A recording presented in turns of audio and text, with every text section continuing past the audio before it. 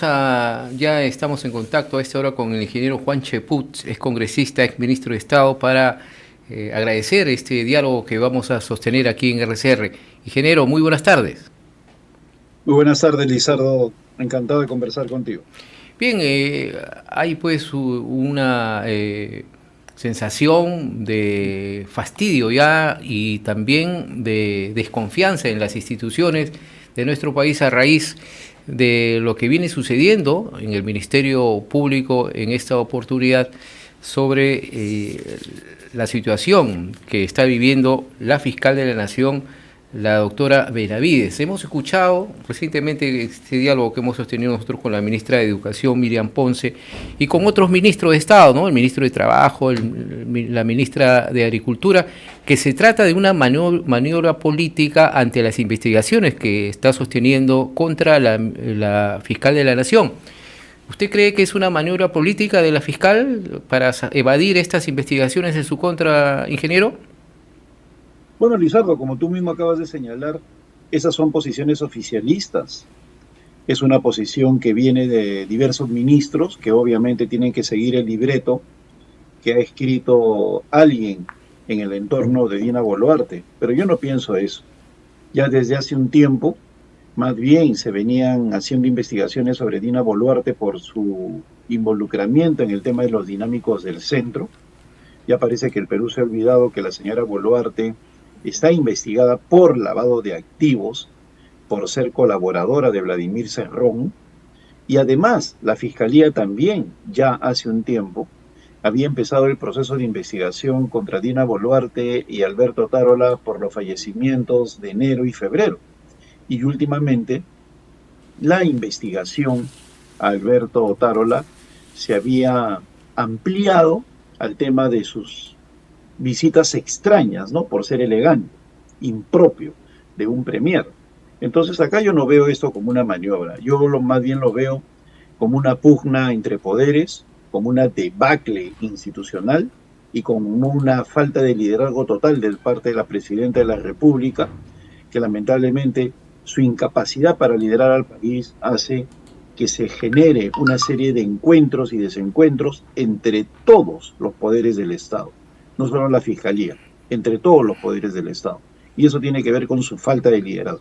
Así es, y esta situación que atraviesa pues los diferentes poderes del Estado, digamos, poder ejecutivo, el legislativo, el poder judicial, afecta, como se ha dicho, tremendamente a nuestro país. Hay mucha desconfianza y eso de todas maneras golpea a la economía, ¿no? Sin ninguna duda, de nada vale que viaje al extranjero si ella va a ser protagonista de estos desencuentros. En estos momentos uno de los principales problemas que tiene el país se agrava ante los ojos internacionales con estos problemas que se suscitan entre nuestras instituciones. Ya las tres calificadoras de riesgo, Fitch, Moody's y Standard Poor's, habían indicado que el problema del Perú, más que en sus fundamentos económicos, está en lo político, en el tema institucional. Entonces, cuando se ve que persisten las acusaciones entre miembros de la Fiscalía, que se somete a la presidenta de la República a una nueva acusación constitucional, que el Congreso empieza a tener actitudes verdaderamente cuestionables, pues simplemente lo que se piensa de la institucionalidad en el exterior se corrobora. Y de esa manera ningún tipo de agente va a venir a invertir a nuestro país. Y esto, sin ninguna duda, agravará la crisis económica. Ahora, ingeniero, usted con su experiencia también que ha tenido como congresista de la República, ya una vez se le pide que la fiscal de la Nación dé un paso al costado, hay otros que defienden y no están de acuerdo con esta decisión. ¿Es sostenible en esta situación que la fiscal de la Nación siga en ese cargo? ¿Va a poder realizar sus trabajos de investigaciones como jefa máximo del Ministerio Público? Mira, te voy a hablar, has hablado de mi experiencia como parlamentario. Yo fui el parlamentario que investigó a los fiscales en el caso Cuellos Blancos. Tuve a mi cargo todas las carpetas contra el fiscal Chávarri y tuve a mi cargo las carpetas contra fiscales como Tomás Gálvez. En algunos casos acusé y en otros casos absolví, porque soy objetivo. Y tengo que poner el contexto que ninguno de mis colegas quería hacerse cargo de esas investigaciones.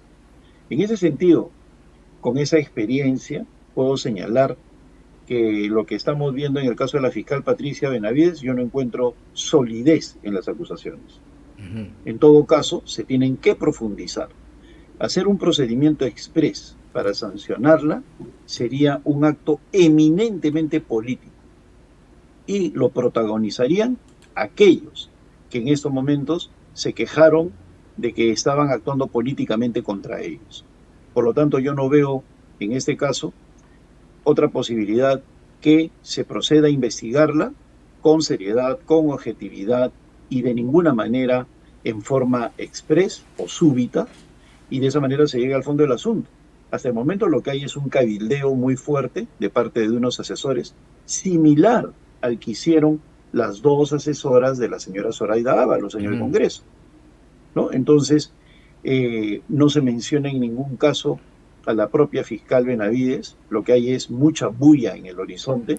Entonces lo que se requiere en estos momentos es cabeza fría, entender que se requiere una investigación, que nadie está exonerado ni debe ser excluido de una investigación. Cualquier funcionario público puede ser y tiene que ser investigado, pero de allí a llegar a sanciones rápidas, violentas, express, ¿no?, súbitas, creo que agudizaría aún más la crisis. ¿Sería conveniente que la fiscal de la Nación salga?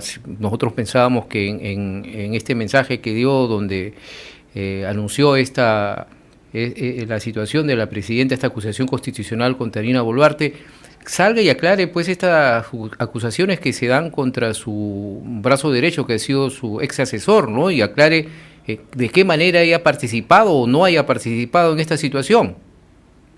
Sí, definitivamente hubiera sido lo ideal. Si no lo ha hecho es porque como ya el tema se ha mediatizado, sería equivalente a echar más gasolina al fuego. Por eso creo que debe haber retrocedido. Pero lo ideal sería que en las próximas horas se pronuncie, ¿no?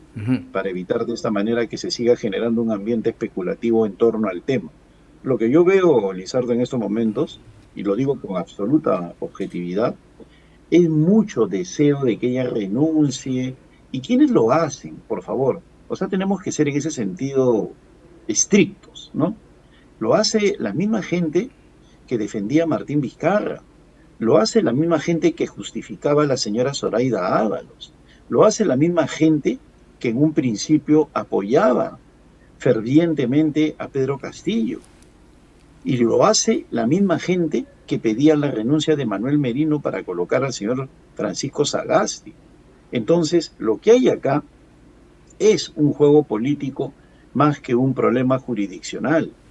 Y lo político viene acompañado de mucha bulla, de mucho escándalo, de mucha batahola, pero en el fondo, si analizamos con frialdad el asunto, lo único que hay es un indicio del acercamiento de un asesor a un grupo de congresistas que tiene que ser investigado, definitivamente, pero no debemos llegar a conclusiones anticipadas. Ahora, ingeniero, mientras tanto, bueno, la fiscal de la Nación, la doctora Benavides, sigue en sus funciones, sigue en camino esta acusación constitucional contra la presidenta Dina Boluarte y el premier Alberto Otárola.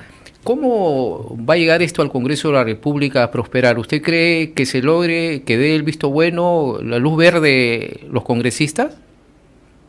Bueno, yo he sido vicepresidente de la Subcomisión de Acusaciones Constitucionales e integrante de la misma durante 3 años, todo el mandato parlamentario que me cupo ocupar. Entonces lo que procede ahorita es que sea aceptado en la próxima sesión. No sabemos cuándo va a sesionar la subcomisión, probablemente el viernes o el lunes o martes. Allí se acepta el documento de la fiscal y este tiene que ser sometido primero a la pericia técnica del equipo asesor de la subcomisión, quien determinará si es que procede o no aceptar esta acusación constitucional.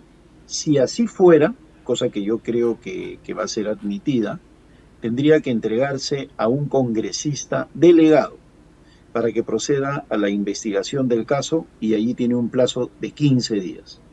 Luego de esos 15 días se somete al pleno de la subcomisión y se acepta o se archiva. Si se acepta, pasa a la comisión permanente. y en la comisión permanente se determina cuándo se tendría que presentar la presidenta y el señor Alberto Tarola para que enfrenten el veredicto aprobado en la comisión permanente. Todo eso puede durar aproximadamente 3 meses. ¿Ya?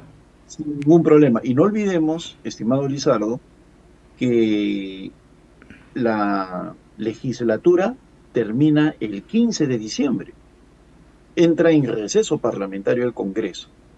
Por lo tanto, yo no creo que esto se vea en el cortísimo plazo. No creo que se vea en el mes de enero, febrero, pues ingresa el receso parlamentario.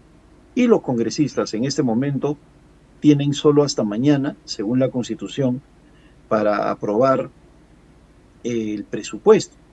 La Constitución dice claramente que el presupuesto del próximo año se aprueba máximo el 30 de noviembre. Entonces, este tema no lo van a ver hasta la próxima semana. Bien, y hasta nuevamente después del receso, ¿cuándo usted cree entonces, en el 2024 se puede estar analizando ya este tema de la presidenta Boluarte? Por supuesto, yo creo que recién el próximo año, al inicio de la legislatura, que empieza el 15 de marzo, podrían estar viendo ese tema, salvo que el presidente del Congreso convoque a legislatura extraordinaria desde el mes de enero. Que lo puede hacer, ¿no? Si fuera así, por supuesto que lo puede hacer.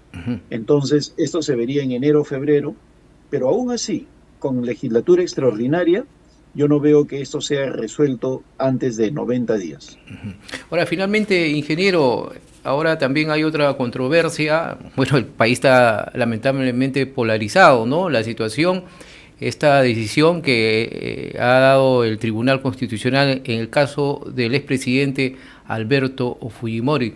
¿Usted cree que debe proceder, debe salir en libertad ya el expresidente Alberto Fujimori? Bueno, en primer lugar, yo soy uno de los congresistas que apoyó a Pedro Pablo Kuczynski en el indulto que se otorgó en el año 2017. En ese sentido, fui uno de los que sustentó esta posibilidad ante el Pleno de la República. Y siempre he sostenido que el indulto es un atributo político del presidente de la República. Y así se hizo en ese momento y por lo tanto se tiene que respetar. El Tribunal Constitucional el 17 de marzo del 2022 dio la razón a quienes pensábamos así, entre ellos yo. Es atributo del presidente y por lo tanto procede la inmediata libertad. Allí ingresa la Corte Interamericana de Derechos Humanos a decir, en tanto nosotros evaluemos, pues que no salga en libertad. Yo creo que eso es cruel. Yo creo que Alberto Fujimori tiene que salir en libertad inmediata y que se tome su tiempo la Corte Interamericana en deliberar pues 1 mes, 2 meses, 1 año, 2 años, hasta que saque una sanción y ahí veremos qué pasa. Pero someternos a sus exigencias, que en este caso son absolutamente temporales, ni siquiera hay un fallo de por medio, sino simplemente una posición. Claro, no es una sentencia, ¿no? No, ellos están deliberando, eso fue lo que dijeron. Mientras nosotros deliberemos, que no salga, ¿no? Claro. Entonces no hay una sentencia por medio. Y mira, y hay más de un antecedente a nivel latinoamericano, que cuando eso ha sucedido, la ley continuaba su curso en los países respectivos. Entonces creo yo que Fujimori tiene que salir en libertad inmediata. Ahora, la decisión está trasladada ya al sur del país, a un juez de Ica, que debe decidir ya en las próximas horas, me imagino. Sí, efectivamente está trasladada, pero el tema es político, no más que jurídico, es político. En este momento yo veo una competencia de abogados haciendo interpretaciones, pero lo jurídico es discutible, lo político es simplemente cuestión de una decisión. Bien, muchas gracias, ingeniero Juan Cheput, por este contacto aquí con RCR. Muy amable por su atención. Buenas tardes. Muchas gracias a ti, Lizardo. Un abrazo.